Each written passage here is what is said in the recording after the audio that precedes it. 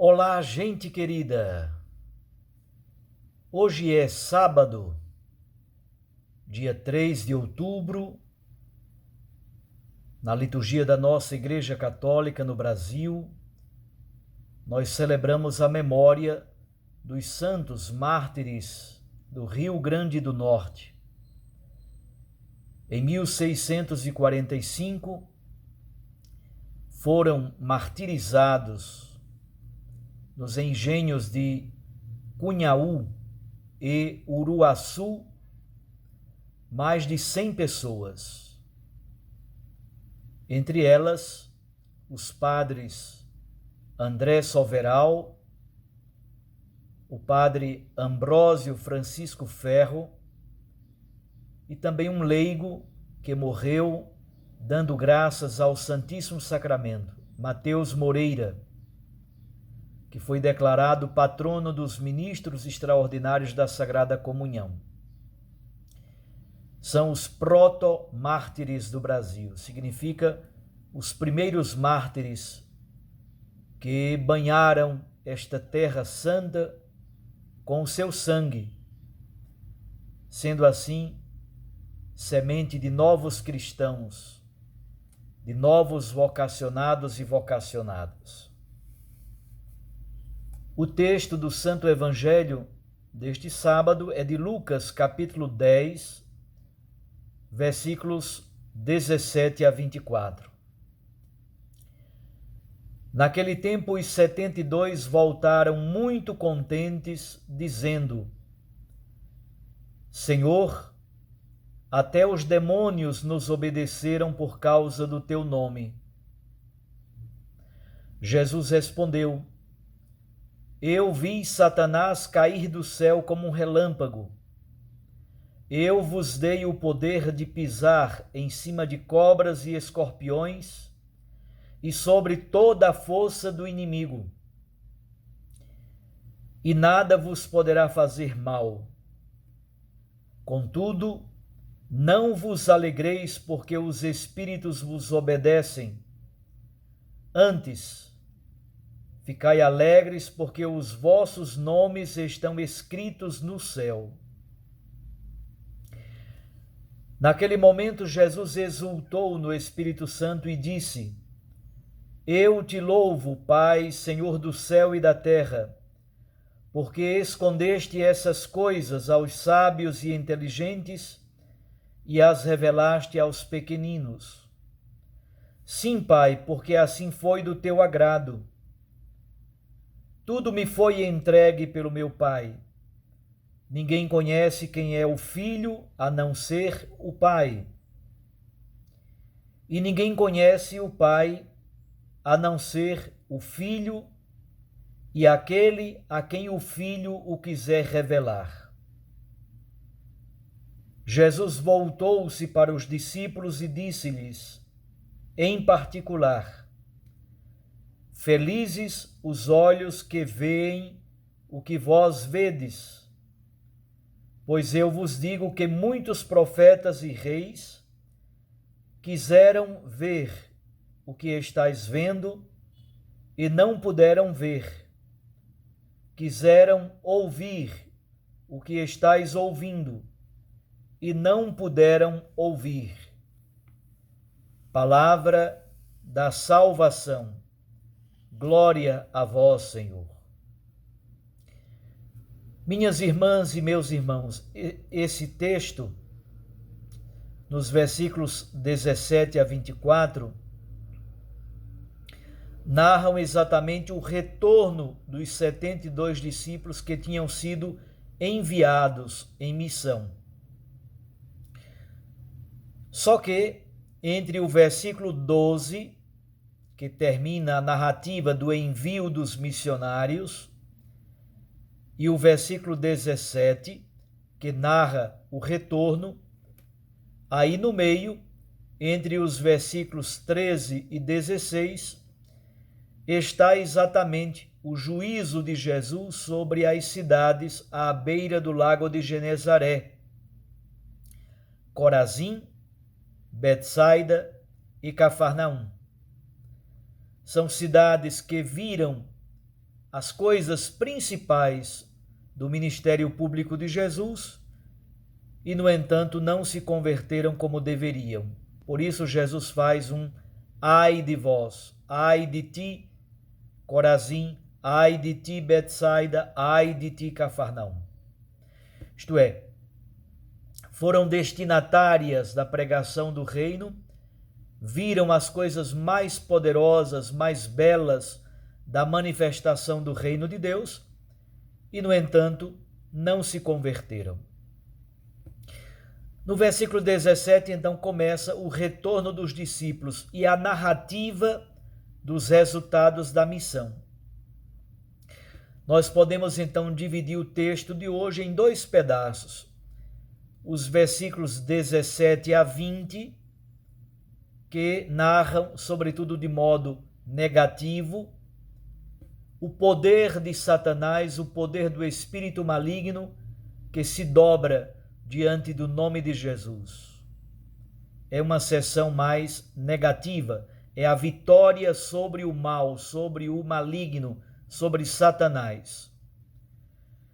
E depois os versículos 21 a 24, a alegria de Jesus, exatamente por causa da revelação dos mistérios do reino e do conhecimento profundo entre o Pai e o Filho. E esse conhecimento do Pai é também transmitido ao discípulo de Jesus.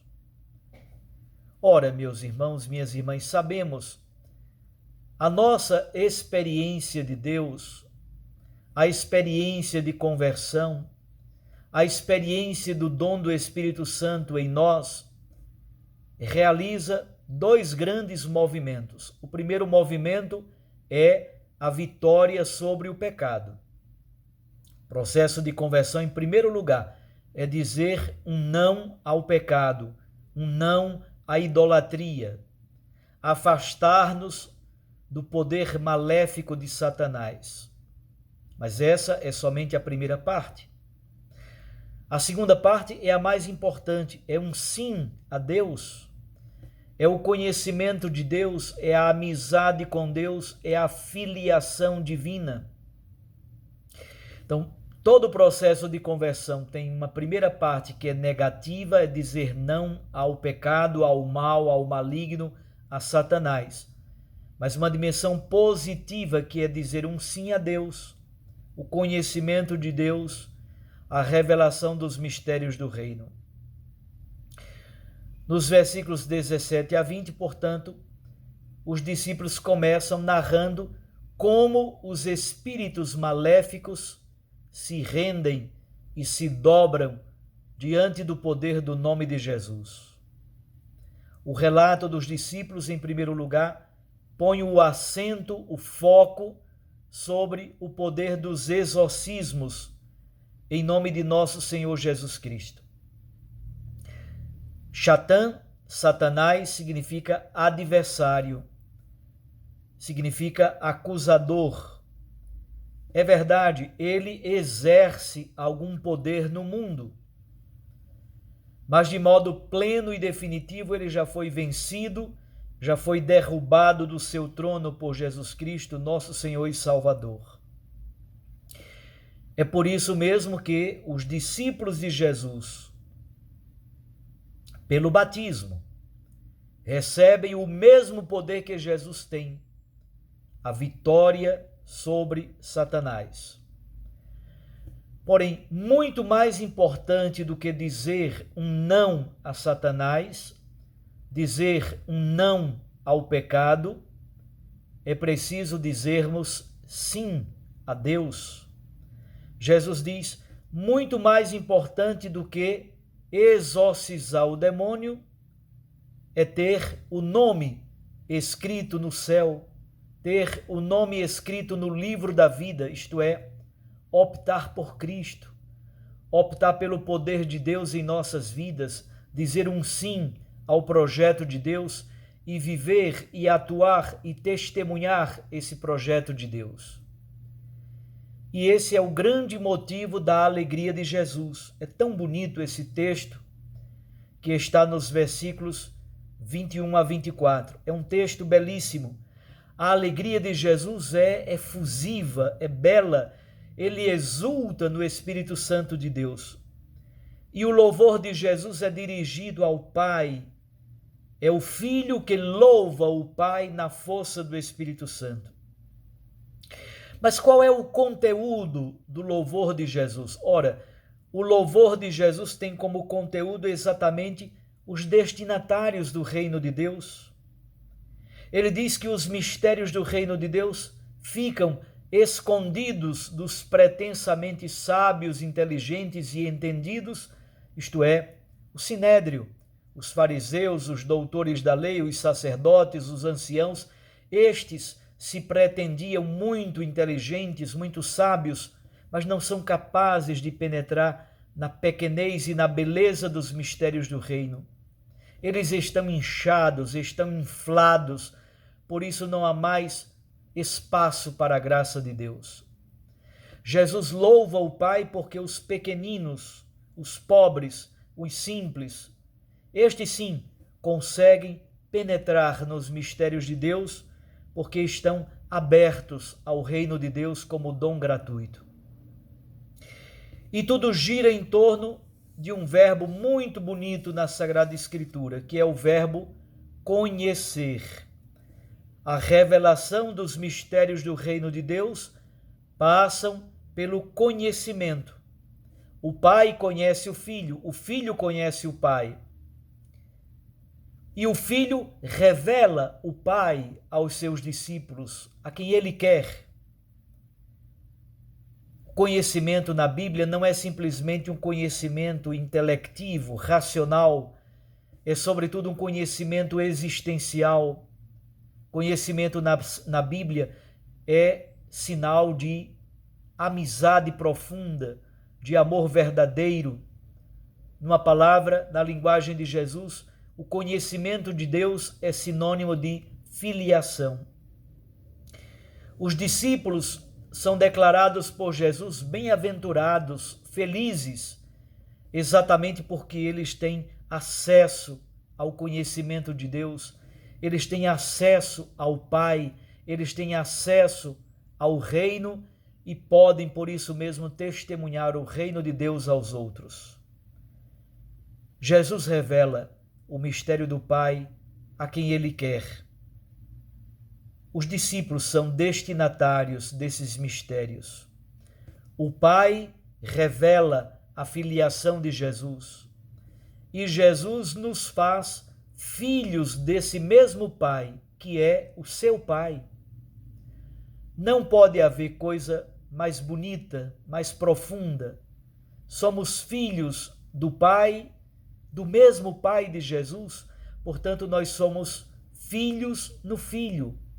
E Jesus, que conhece o Pai e vive essa relação profunda com o Pai, ele nos revela essa mesma mediação para que também nós o conheçamos.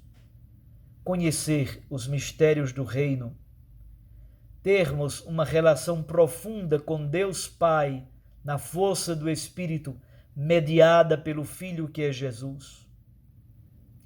Assim, meus irmãos, minhas irmãs, aquilo que os 72 discípulos revelam, primeiro, a negação do poder maléfico de Satanás, a destruição do pecado, a negação, um não redondo ao pecado, à morte, a Satanás. Mas, sobretudo, e aquilo que é mais importante, um sim a essa experiência bonita do conhecimento de Deus e da filiação adotiva. Nós nos tornamos filhos no Filho, que é Jesus Cristo. Não pode haver graça maior. É por isso que nós somos felizes e bem-aventurados. A grande bem-aventurança do discípulo é viver a mesma experiência que nosso Senhor Jesus Cristo vive na sua relação de conhecimento e filiação com o Pai. Um abraço a você.